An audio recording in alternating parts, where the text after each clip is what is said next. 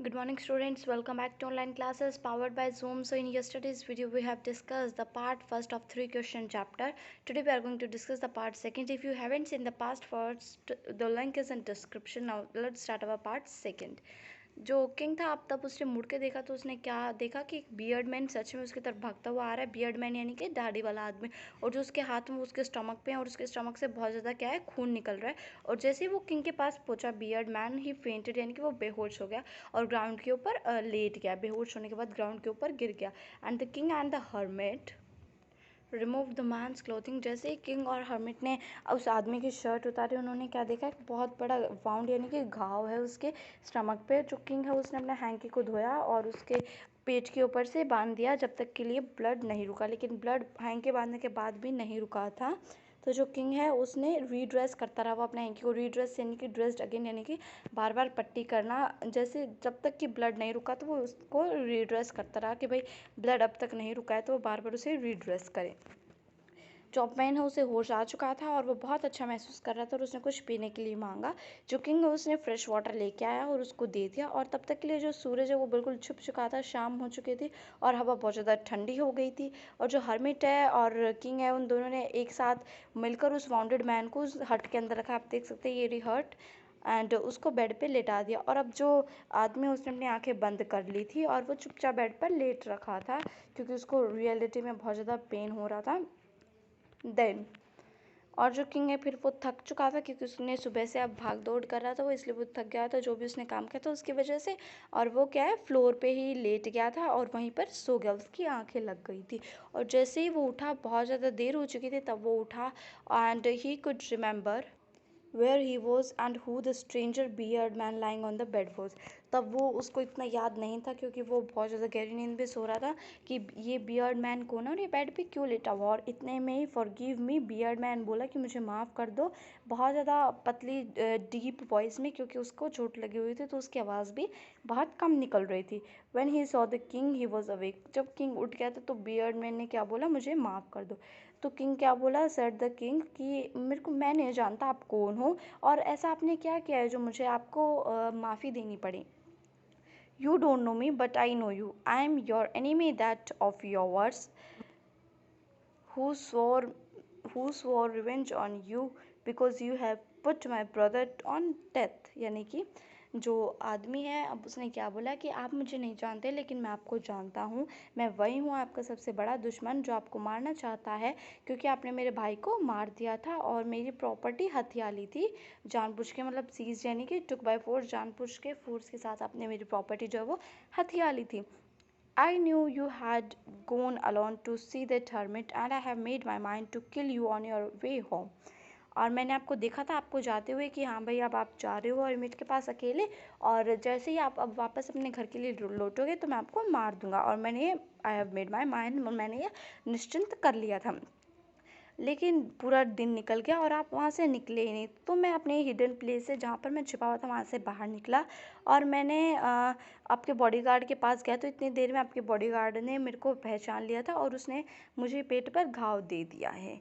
और मैं उससे तो कैसे कैसे करके छुप गया, लेकिन मैं मर जाता अगर आप मेरे जो घाव है उनको नहीं करते ठीक, आप मेरी मुझे नहीं बचाते। और मैं आपको मारने के लिए सोच रहा था और आपने मेरी ही जान बचा ली। अब जो है मैं आपको बिल्कुल आपका फेथफुल सर्वेंट बन के रहूँगा। फेथफुल यानी कि लॉयल एंड ट्रू, मतलब बिल्कुल वफादार और सच्चा सर्वेंट बन के रहूँगा। और मैं मेरे सन्स को भी ये ऑर्डर दूंगा, मेरे सन्स को भी बोलूँगा कि आप प्लीज़ अब हम ये लड़ाई शांत करते हैं और जैसा मैं कहूँ आप वैसा करें। फॉरगिव मी, उसने दोबारा बोला कि आप मुझे दोबारा माफ़ कर दो।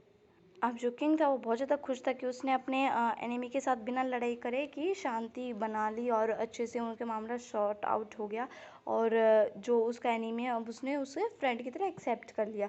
और जो अब बियर्ड मैन बोल रहा है कि किंग ने मुझे माफ़ ही नहीं किया लेकिन अपने सारे सर्वेंट्स और जो डॉक्टर हैं वो उसके पास भेज दिए ताकि उसके अच्छे से देखभाल कर सकें। और क्या किया, किंग ने प्रॉमिस किया कि मैं उसको उस आदमी को उसकी प्रॉपर्टी वापस कर दूँ। अब वाउंडेड मैन मतलब उसको दाढ़ी वाले आदमी को बोला कि अब तुम आराम करो, मैं जाता हूँ। और किंग बाहर निकला झोपड़ी से, और वो वो ना हर्मिट को ढूंढने लगा कि भाई मुझे हर्मिट मिल ही जाए तो मैं उससे दोबारा से सारे क्वेश्चंस पूछ लूँ। तो हर्मिट जो है वो जहाँ पर जो उसने कल रात को वो बेड्स निकाले थे उसमें सीड्स बिखेरने लगा, और जो उसने पहले किए थे उसमें वो सीड्स बिखरने लगा। तो जो किंग है वो हर्मिट के पास गया और उसने बोला कि मैं आपसे लास्ट टाइम आई बैग, यानी कि मैं आपसे भीख मांग रहा हूँ कि आप मेरे को आंसर दे दो मेरे क्वेश्चंस के please. You have already been answered said the hermit. Hermit ने बोला कि आपको आपके क्वेश्चंस के आंसर मिल गए हैं। और bending down to the ground and looking up into the king as he stood before. तो क्या बोला हर्मिट ने कि आपको आंसर मतलब मैंने आपको आंसर दे दिए हैं, और मैंने अगर आपको नहीं भी दिए हैं तो भी आपको आपके आंसर आपने खुद ही ने ढूंढ लिए हैं। How have I been answered, what do you mean, मुझे आंसर कैसे मिल गए हैं, तुम क्या कहना चाहते हो। ये किसने बोला, किंग ने बोला कि मुझे मेरे आंसर्स कैसे मिल गए, तुम ये क्या बोल रहे हो। तो हरमेन ने क्या बोला, डोंट यू सी, क्या तुम देख नहीं सकते, if you hadn't not pitied my weakness yesterday, अगर आप मेरी वीकनेस को नहीं देखते, अगर आप ये नहीं देखते कि मैं कितना बूढ़ा हो चुका हूँ, मैं कितना कमज़ोर हूँ, and had not dug these beds for me, और अगर आपने ये क्यारियाँ मेरे लिए नहीं निकाली होती, आपने मेरी हेल्प नहीं की होती, you would have gone away, और अगर तुम चले गए होते, then that man would have attacked you and you would have wished you had stayed with me, और अगर आप यहाँ से चले गए होते तो आपके ऊपर वो आदमी अटैक कर देता। तो अब आप मेरे साथ रुक गए थे, तो ये so the most important time was when you were digging the beds, और सबसे इंपॉर्टेंट समय कौन सा था, जब आप बेड्स डिग कर रहे थे। अगर आप अब बेड्स डिग नहीं करते, अगर आप अब बेड्स डिग नहीं करते, आप मेरी वीकनेस को नहीं देखते, तो आप कब के चले गए होते और आपको वो आदमी क्या था, मार दिया होता। लेकिन अब आपने पता चल गया आपको इम्पॉर्टेंट टाइम कौन सा था, जब आप मेरे लिए बेड्स डिग कर रहे थे, and I was the most important man, और मैं आपके लिए सबसे ज़्यादा इम्पॉर्टेंट मैन था कि जिसके आपने हेल्प की, क्योंकि भाई अब आप जिसके बेड्स निकाल रहे हो वही तो आपके लिए उस टाइम तक इम्पॉर्टेंट होगा।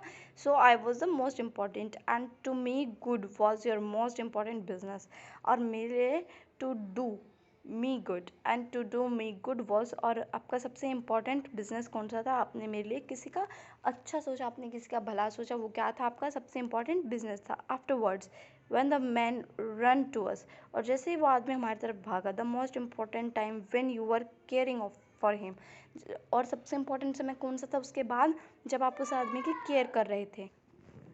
Because if you had not dressed his wounds, he would have died without having made peace with you, और क्योंकि अगर आप उसके वाउंड्स ठीक नहीं करते तो वो आपके साथ बिना सुख शांति बिना पीस बनाए मर जाता। So he was the most important then, और उस समय वो सबसे ज़्यादा इम्पॉर्टेंट था। And what you did for him was a important business, और जो आपने उसके लिए किया वो आपका सबसे ज़्यादा इम्पॉर्टेंट बिजनेस है। Remember than there is only one time that is important and that time is now, और आप ये बात हमेशा याद रखना किंग, कि जो आपका इम्पॉर्टेंट समय है वो अब है, अब जो आप कर रहे हो वो इम्पॉर्टेंट समय है। It is the most important time because it is the only time we have any power to act, और यही इम्पॉर्टेंट समय है क्योंकि अब हमारे पास यही समय है जिसमें हम कुछ करके दिखा सकते हैं।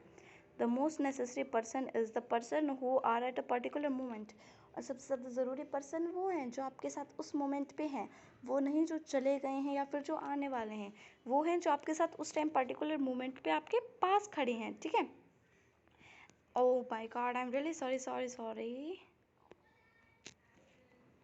Then, for no one knows what will happen in future, और किसी को नहीं पता कि फ्यूचर में क्या होने वाला है। And whatever we will meet anyone else, और क्या पता हम किसी के साथ मिलें भी या ना मिले। The most important business to do that person good, और सबसे इम्पॉर्टेंट बिजनेस क्या है, किसी भी पर्सन का भला करना, किसी भी पर्सन को अच्छे से ट्रीट करना, because we were sent to this world for that purpose alone, और हम इस काम के लिए, हमारे जो गॉड है उन्हें हमें अकेला भेजा है इस काम को करने के लिए।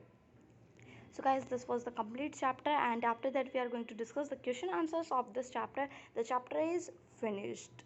Okay, here the chapter is finished.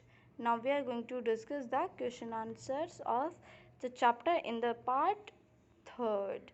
So I hope you will like my video, and if you like my video, if you understand the chapter, so please subscribe my channel and like my video. Thank you so much guys. In the part third we are going to come with the question answers. Bye bye, take care.